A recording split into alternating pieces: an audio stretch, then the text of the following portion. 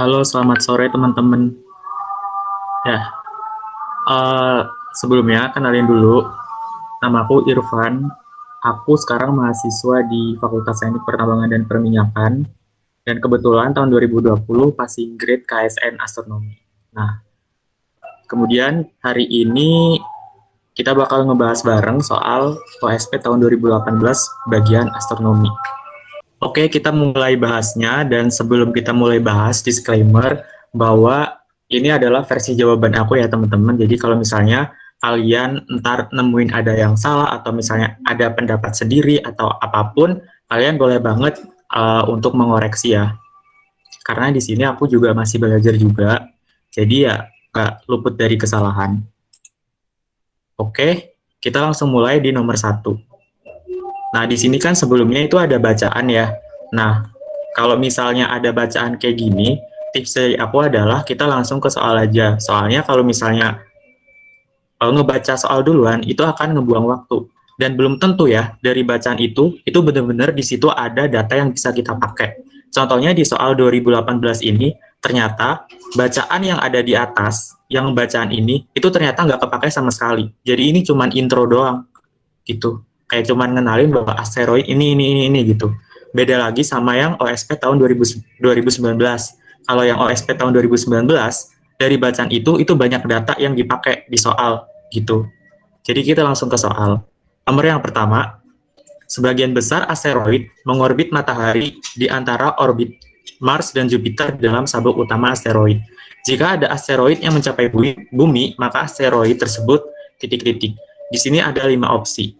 Yang pertama, bukan dari daerah sabuk utama asteroid.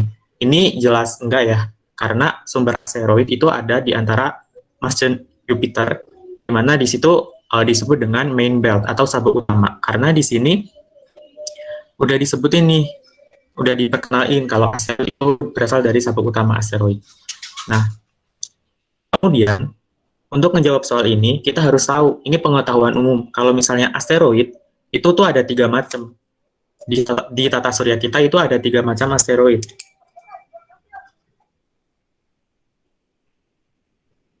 Nah, asteroid itu yang pertama ada asteroid di sabuk utama, main belt.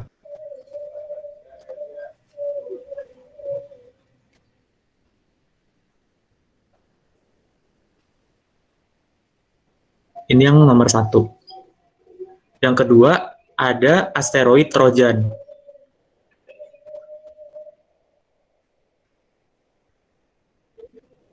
Ini nomor 2. Terus yang ketiga ada asteroid Apollo, atau disebut asteroid NEO, Near Earth Object.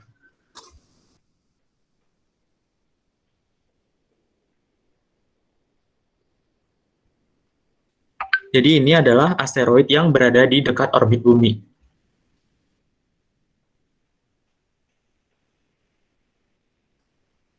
Nah, karena di nomor 1 ini ditanyakan asteroid yang mencapai bumi, berarti dia adalah asteroid Apollo atau asteroid NEO. Nah, asteroid NEO itu adalah asteroid yang memiliki sumbu semi mayor lebih besar dari bumi, memiliki eksentrisitas yang tinggi, dan asteroid itu mencapai daerah dekat bumi itu kurang dari jarak apelion bumi. Di sini kita bisa ngelihat di internet sih banyak bacanya. Jadi aku mau nunjukin sumber yang dari Wikipedia.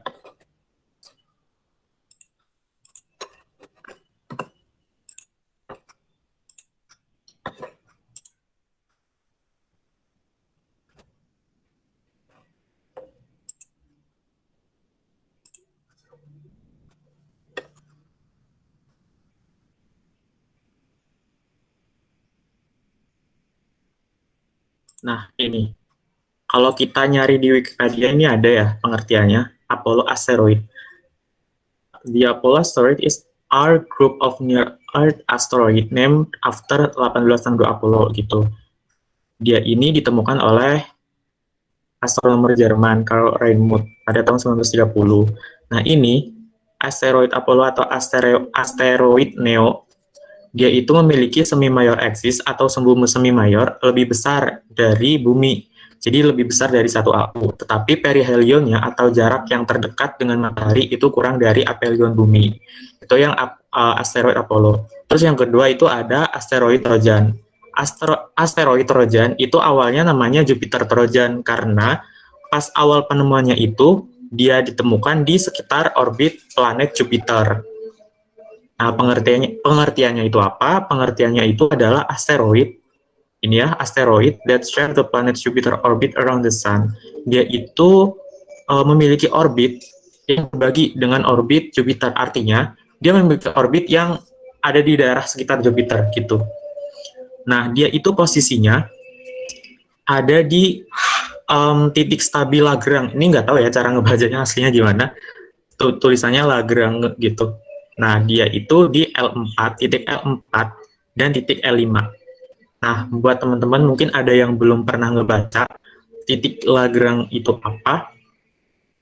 Jadi dia itu sebuah titik di sekitar orbit suatu planet yang mengitari matahari, di mana di titik itu, ya, di titik itu, dia akan berputar mengelilingi matahari dengan kecepatan sudut yang sama dengan planet yang ada di sekitar dia. Nah, kalau misalnya Jupiter Trojan, berarti dia ada di titik sekitar Jupiter. Nah, kalau misalnya Trojannya buat bumi, berarti di sekitar bumi, gitu. Untuk visualisasi titiknya, itu ada, nah ini. Nah, ini ya, ada L1, ada L2, ini, ada L1, ada L2, ada L3, L4, sama L5. Itu yang tadi disebut dengan asteroid Trojan. Asteroid Trojan itu ada di titik ini, L4 sama L5. Itu. Tapi dia nggak bakal bertumbukan sama planet, karena dia memiliki kecepatan sudut yang sama dengan planet itu. Oke. Kembali ke soal. Nah, jadi ini jawabannya adalah tidak ada jawaban yang benar. Yang E. Kalau yang C bisa dari daerah sabuk utama asteroid tetapi eksentrisitas tinggi, maka asteroid tersebut mencapai jarak kurang dari perihelion bumi. Ini salah ya, ini harusnya aphelion. Kalau yang D salahnya itu dia tidak mencapai jarak lebih dari aphelion bumi. Artinya dia harusnya mencapai tidak lebih dari kurang dari aphelion gitu.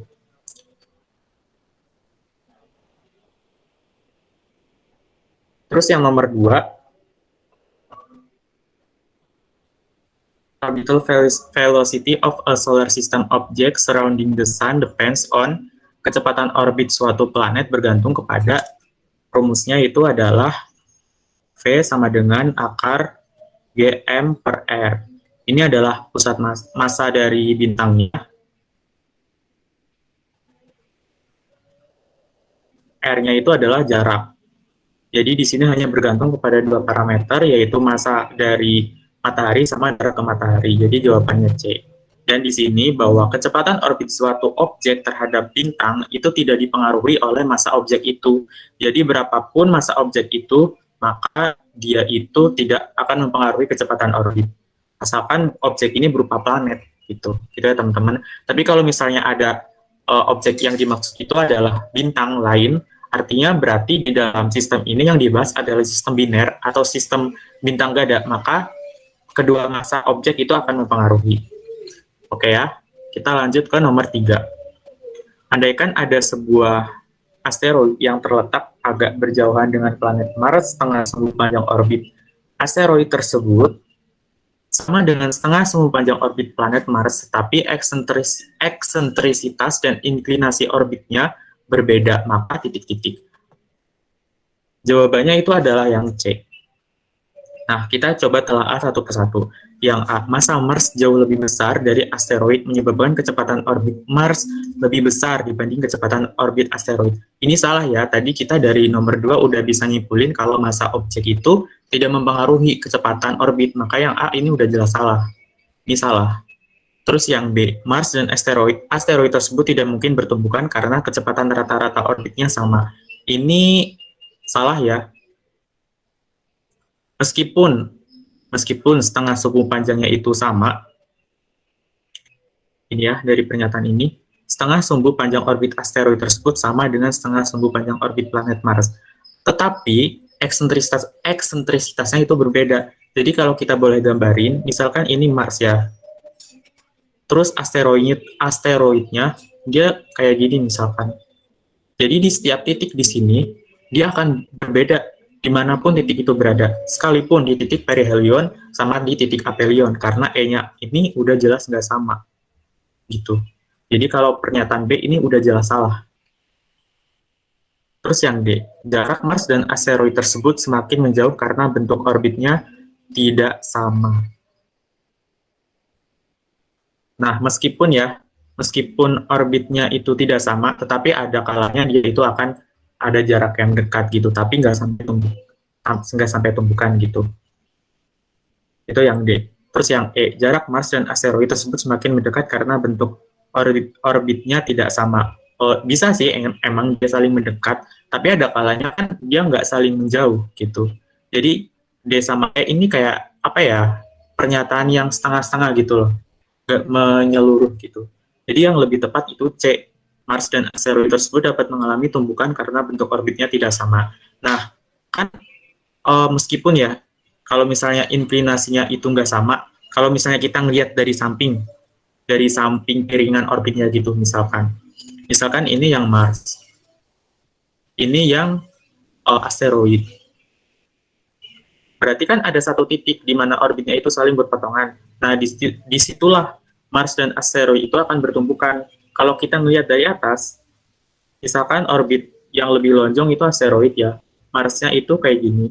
Nah, ini nih titik-titik, misalkan ada titik ini nih, dia itu akan mengalami pertumbukan. Tetapi tidak setiap dalam satu periode orbit itu akan bertumbukan, hanya pada saat tertentu di mana kelipatan orbitnya itu sama gitu. Itu yang nomor 3. Kita lanjut nomor 4. Oh ya, kalau misalnya ada yang mau nanya bisa langsung ini ya, langsung open mic aja. Terus nomor 4, lintasan orbit asteroid Vesta memiliki panjang sumbu besar sekian, sumbu kecil sekian. Nah, ini panjang sumbu besar ya, berarti 2A. 2A sama dengan 4,724. Berarti A atau semi mayornya itu 2,362 SA. Terus B-nya berarti 4,705 dibagi 2. Ini 2B. Ini 2B. Berarti B-nya itu 2,3525 SA. Nah, terus di sini disuruh mencari jarak terjauh Vesta ke matahari. Berarti kita disuruh mencari R aphelion. Nah, R aphelion itu rumusnya adalah A kali 1 plus E. Nah, di sini E itu eksentrisitas. Eksentrisitas itu adalah C per A. Kemudian, bagaimana cara mencari C itu adalah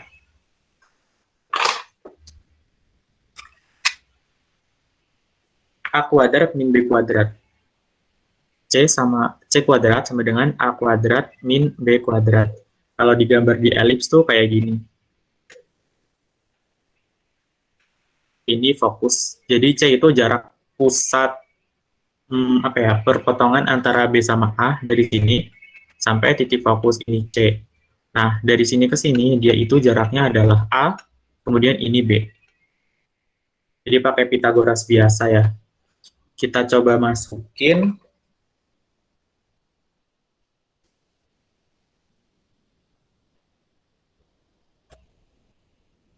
C kuadrat di sini tampil deh. C kuadrat sama dengan 2,362 kuadrat min 2,3525 kuadrat. C kuadrat sama dengan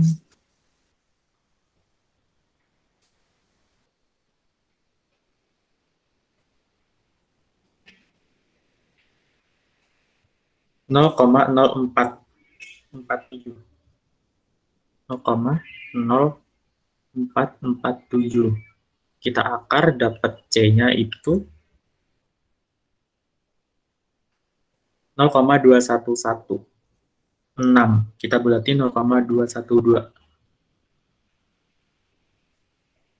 Nah, itu dapat C, jadi kita bisa nyari E-nya. E-nya berarti dia 0,212 per A. A-nya adalah 2,362. Sama dengan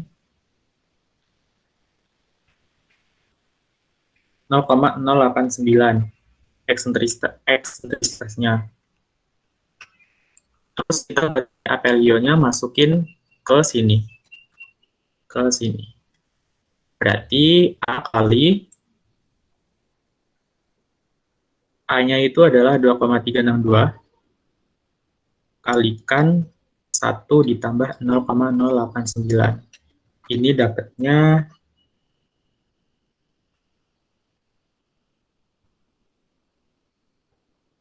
2,57 SA.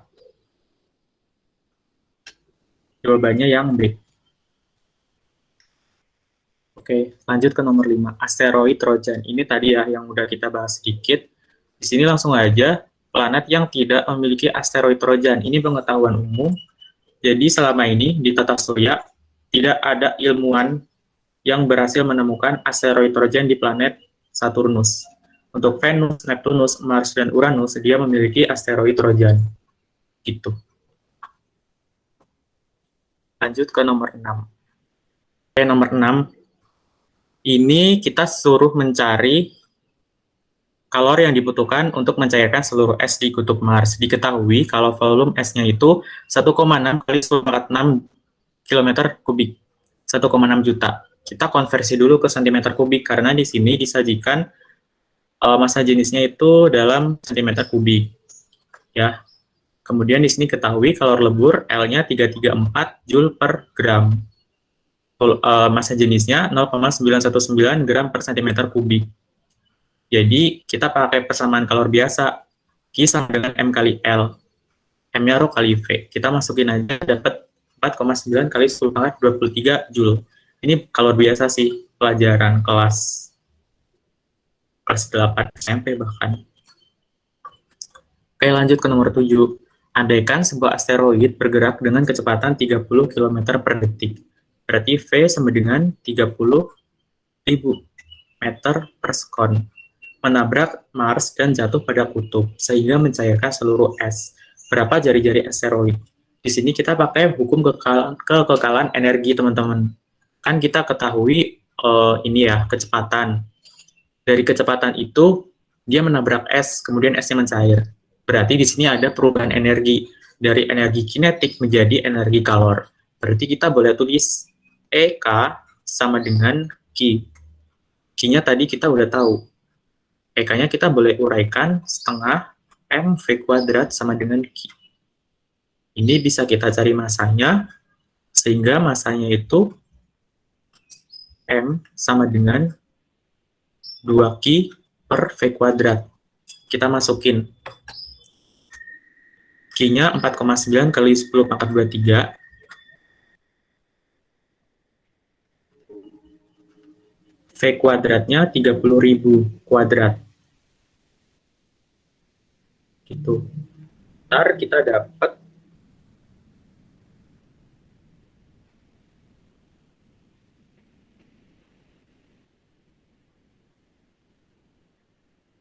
satu koma 1,08 kali 10⁻15. 1,08 kali 10⁻15. Ini adalah dalam bentuk kilogram. Terus ditanya jari-jari gitu. Kita udah punya massa. Massa itu sama dengan rho kali V.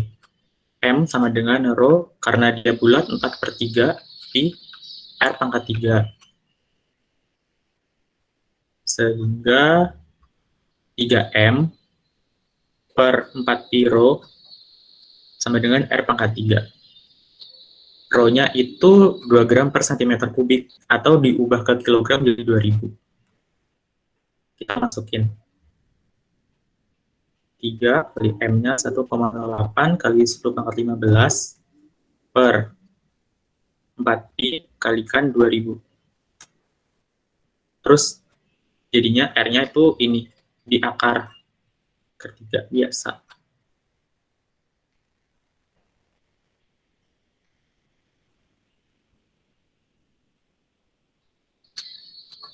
Kalau dihitung dia ketemunya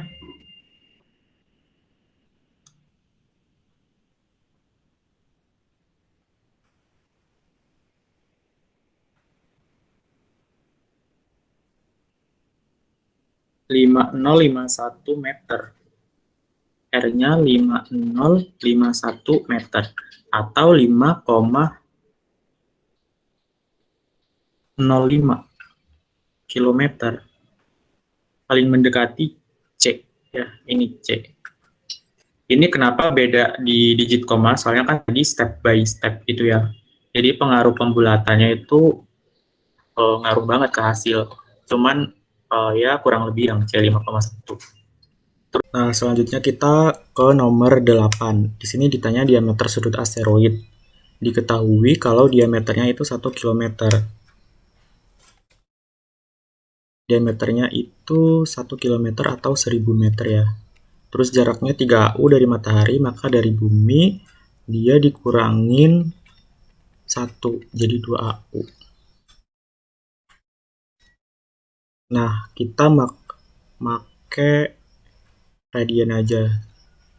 Petanya itu berarti diameter dibagi jarak ya. Ini dalam satuan radian. Berarti 1000 meter dibagi 2 kali 1,4959 kali 10 pangkat 11. Ini dalam radian, nanti kita dapat 3,34 kali 10 pangkat min 9 radian.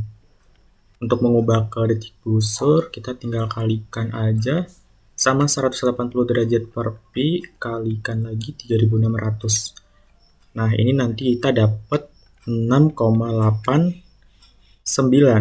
kali 10 pangkat min 4 detik busur. Jadi di sini nggak ada di opsi, maka nomor 8 tidak ada jawaban yang benar.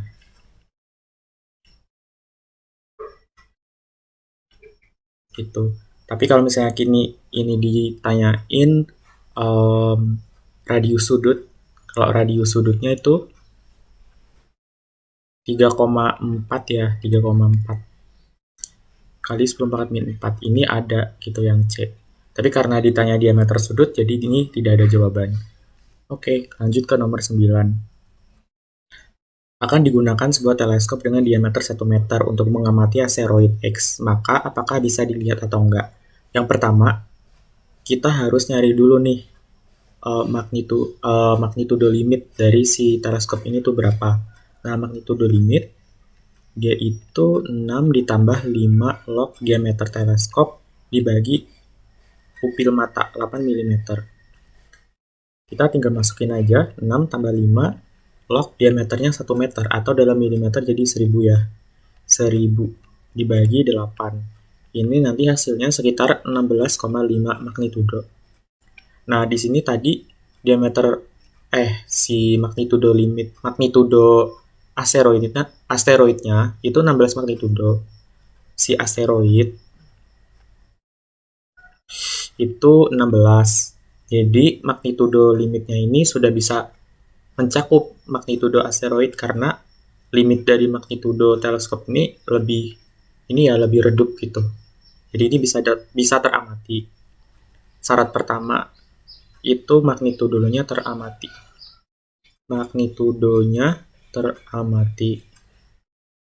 Kemudian apakah itu bisa dipisahkan dalam sebuah objek yang berbentuk piringan gitu ya? Kita bisa ngecek dari resolusi minimal teleskop itu. Resolusi minimal dari teleskop itu 1,22 lambda dibagi D. Nah, lambdanya ini 5500 angstrom ya. Kita tinggal masukin aja tetanya 1,22 kali 5500 kali 10 pangkat min 10 dibagi 1. Ini nanti kita dapatnya 6,71 kali 10 pangkat min 7 radian. Nah, tadi kan kita udah dapat ya yang diameter sudut asteroidnya. Kita bisa lihat nih, asteroidnya memiliki diameter sudut ini tadi 3,34. Ini, kita bandingin ini 3,34 kali 10 pangkat min 9 sama 6,71 kali 10 pangkat min 7. Nah, jadi resolusi si teleskopnya ini kan lebih ini ya, lebih besar gitu. Lebih besar,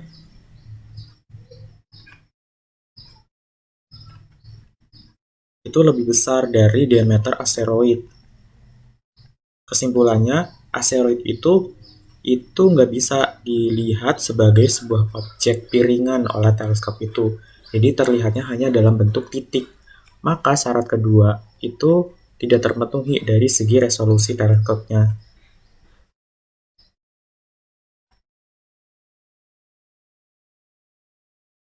Tidak dapat dipisahkan. Jadi jawaban nomor 9 itu yang A. Dengan teleskop ini asteroid dapat dilihat tapi tidak dapat dipisahkan. Gitu ya teman-teman. Oke, lanjut ke nomor 10. Teknik observasi dengan teleskop untuk mencari asteroid yang benar adalah yang A berdasarkan bentuknya yang terlihat di bidang fokus teleskop. Nah, ini menurut aku kurang tepat karena asteroid itu ukurannya kan sangat kecil. Jadi kalau misalnya kita lihat di bola langit, dia itu mirip-mirip sama bintang, jadi kayak nggak bisa jelas dibedain mana sih yang sebenarnya bintang, mana sebenarnya yang merupakan asteroid. Terus kalau yang B, dengan mengamati pergerakan asteroid relatif terhadap bintang latar belakang. Menurut aku ini jawaban yang benar. Kenapa? Karena pergerakan asteroid kalau kita lihat dari bumi, dia itu akan terlihat lebih cepat dibandingkan bintang latar belakang. Kan kita tahu kalau misalnya bintang latar belakang itu relatif diam terhadap bola langit. Jadi posisinya itu relatif tetap. Nah, kalau misalnya asteroid, dia akan terlihat berpindah lebih cepat. Gitu misalkan dari awal ini misalnya X asteroid, ini bintangnya. Beberapa saat kemudian dia bisa aja X-nya udah di sini, ini bintangnya gitu. Kenapa yang C enggak? Dengan merekam spektrum asteroid dan membandingkan dengan spektrum matahari untuk menelaah kesamaannya. Nah, di sini menurut aku kenapa kurang tepat karena kan yang bisa memantulkan itu nggak cuma asteroid, benda-benda lain juga bisa. Jadi di sini ntar kesimpulannya itu masih kurang tepat apakah itu asteroid ataupun enggak. Terus yang D, dengan penentuan jarak dengan teknik paralaks trigonometri dari asteroid. Di sini itu menurut aku nggak ada relasi ya, karena kan teknik paralaks itu untuk menentukan jarak. Supaya kita mau menentukan jarak, kita harus tahu dulu objek yang kita mau itu apa gitu loh. Padahal di sini kan tujuannya mencari asteroid kan, gitu. Nah terus paralaks trigonometri ini kan kalau misalnya di bintang, kalau di apa ya pengamatan bintang itu dilakukan dengan cara pengamatan selama setengah periode tertentu gitu, misalnya dalam setengah tahun. Di situ tujuannya di sini kita mencari pergeseran gitu, pergeseran posisi terhadap objek yang diamati. Nah, kalau misalnya kita ngelihat bintang, kan bintang posisinya diam, jadi pergeserannya itu bisa kita amati. Tapi kalau asteroid itu kan bergerak ya, bergerak mengorbit matahari bersama dengan bumi juga. Jadi nanti di sini kacau gitu kan. Jadi menurut aku yang B yang paling tepat, yang paling tepat. Nah, terus kalau misalnya berdasarkan warna asteroid yang diamati secara fotometri dalam berbagai filter warna, menurut aku ini juga kurang tepat karena ada objek-objek lain juga. Ini mirip sama kayak yang pengamatan spektrum. Intinya di sini kalau kita cuma melihat spektrum sama warna ya, kita bisa menyimpulkan berbagai benda lain juga gitu. Jadi perlu teknik yang lain, teknik lebih lanjut lah supaya kita bisa menyimpulkan kalau itu benar-benar asteroid. Itu teman-teman.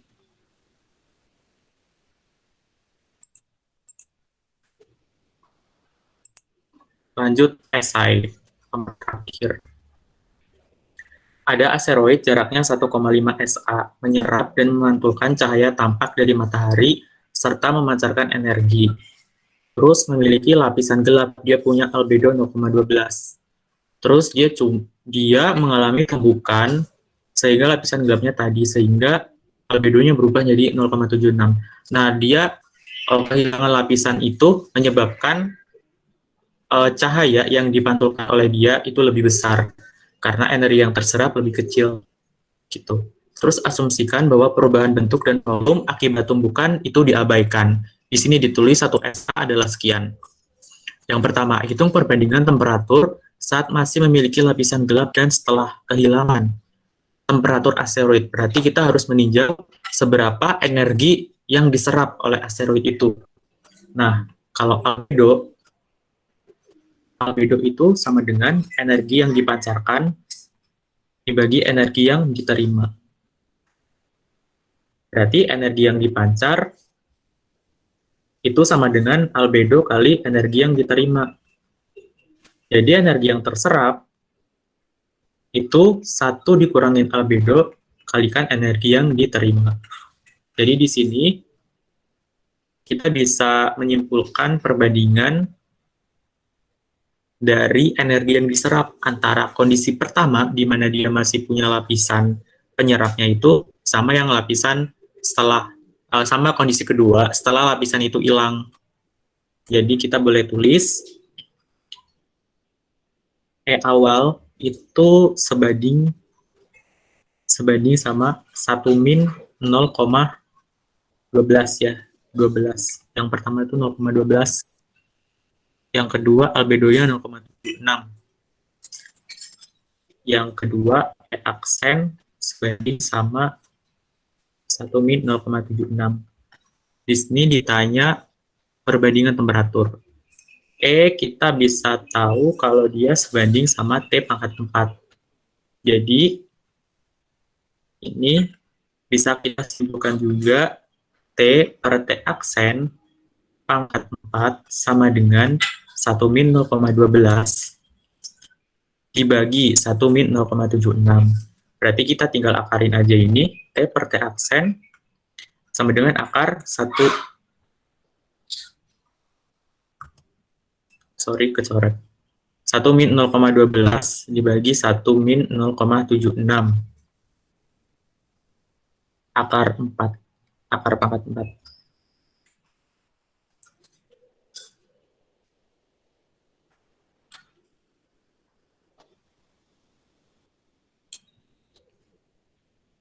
Hasilnya 1,38. Rasionya 1,38. Itu yang nomor A. Kemudian yang B, andaikan pantulan radiasi matahari oleh asteroid diamati pada cahaya tampak, hitung perbandingan fluks pantulan asteroid tersebut setelah dan sebelum lapisan gelap terlepas. Di sini ditanyain hitung perbandingan fluks. Berarti tadi ya kita kembali ke yang ini. yang dipancarkan sama dengan albedo kalikan yang diterima. Jadi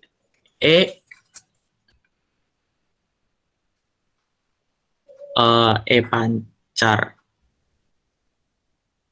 setelah dan sebelum. Pancar aksen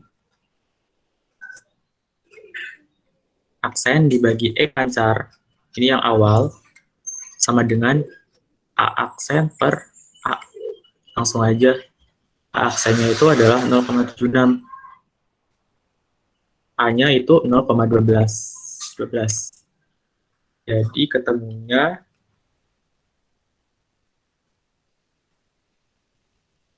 19/3 atau 6,33. 6,33. Gitu. Itu yang B. Terus yang C, hitung perbedaan terang asteroid setelah dan sebelum kehilangan lapisan gelap.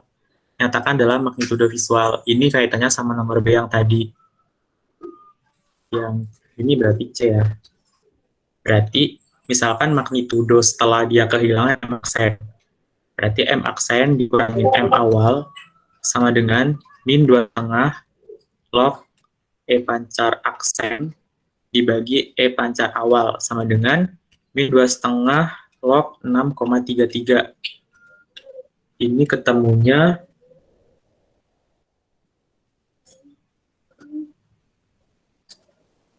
min 2, sekitar min 2 magnitudo.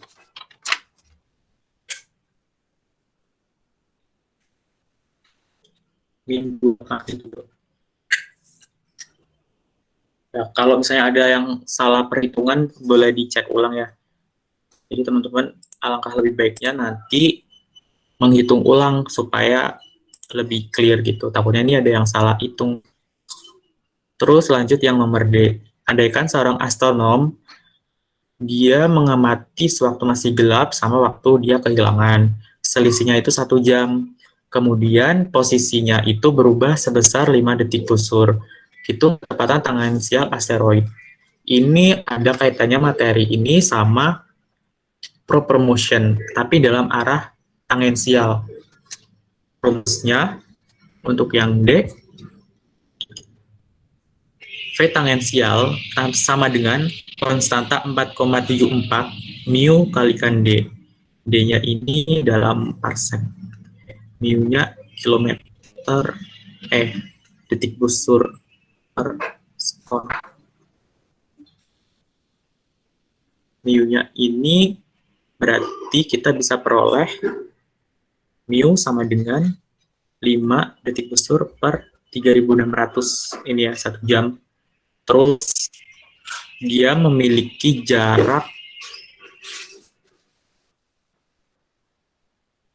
jaraknya 1,5 SA. Jadi ini nabrak lah.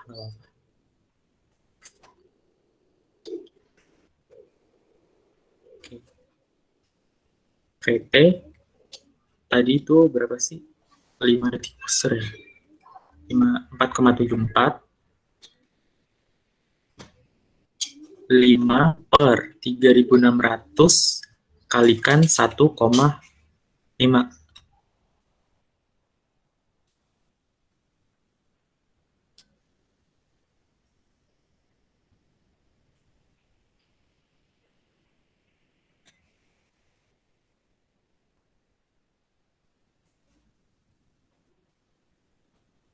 Wait.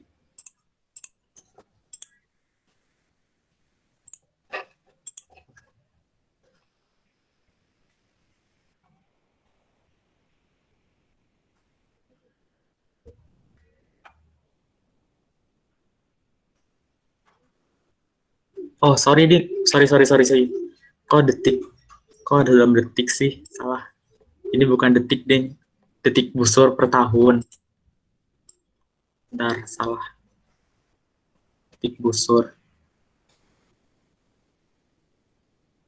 Oke, aku ulangi. Mu-nya ini dalam detik busur per tahun. Terus D-nya ini dalam parsec. Terus nanti kita dapat V-nya ini dalam kilometer per sekon. Mu-nya itu tadi 5 detik busur dibagi 1 jam. 1 jam dikonversi ke 1 tahun. Berapa ya? 1 jam itu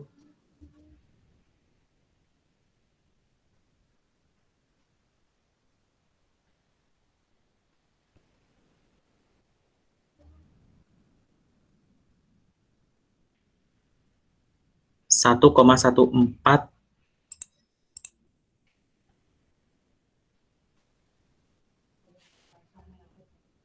kali 10 pangkat min 4 tahun. 1,14 kali 10 pangkat min 4 tahun. Bawahnya deh. Mana ya? Ada kosong.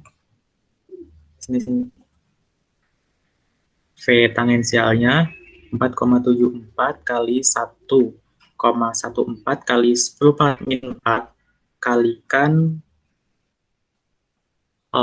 D-nya. D-nya 1,5 SA.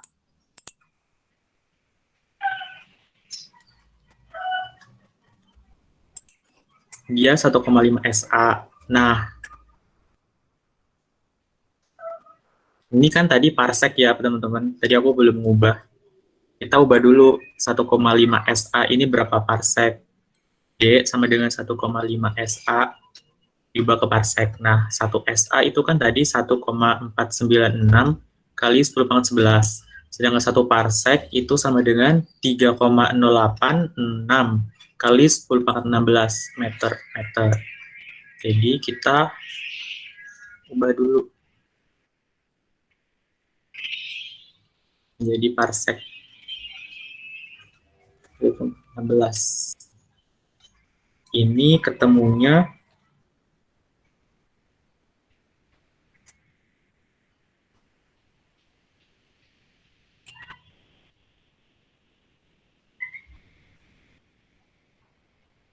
7,27 kali 10 pangkat min 6 parsec. Kita masukin ke sini.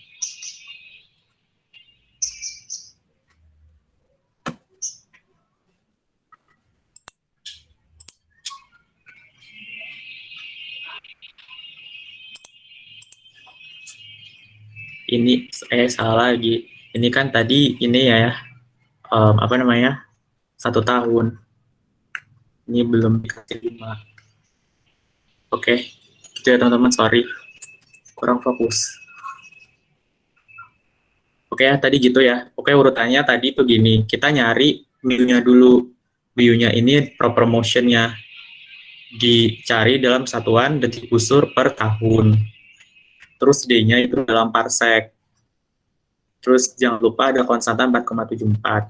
Proper motion-nya itu tadi 5 detik busur dibagi 1 jam. 1 jamnya diubah jadi 1,14 kali 10 pangkat min 4. Gitu. Kalau kita masukin, itu ketemunya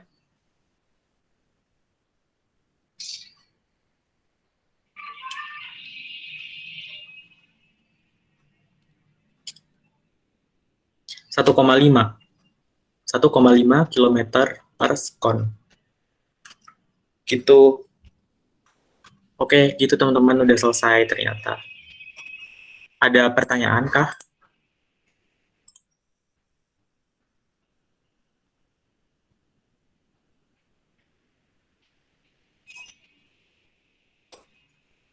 Nggak ada ya teman-teman, nggak ada pertanyaan. Oke, udah selesai pembahasan untuk sore ini. Bagian astronomi OSP tahun 2018. Terus nanti insya Allah ya, nanti dibikin juga ini PDF nanti bisa dilihat di channel Les juga. Oke, terus sekali lagi, kalau misalnya ada perhitungan yang salah, boleh banget kalian koreksi. Mungkin di sini ada yang salah input angka, atau mungkin ada yang pakai kurang tepat gitu teman-teman. Oke, terima kasih untuk sesi kali ini. Terima kasih buat atensi teman-teman. Selamat sore dan wassalamualaikum warahmatullahi wabarakatuh. Waalaikumsalam warahmatullahi wabarakatuh.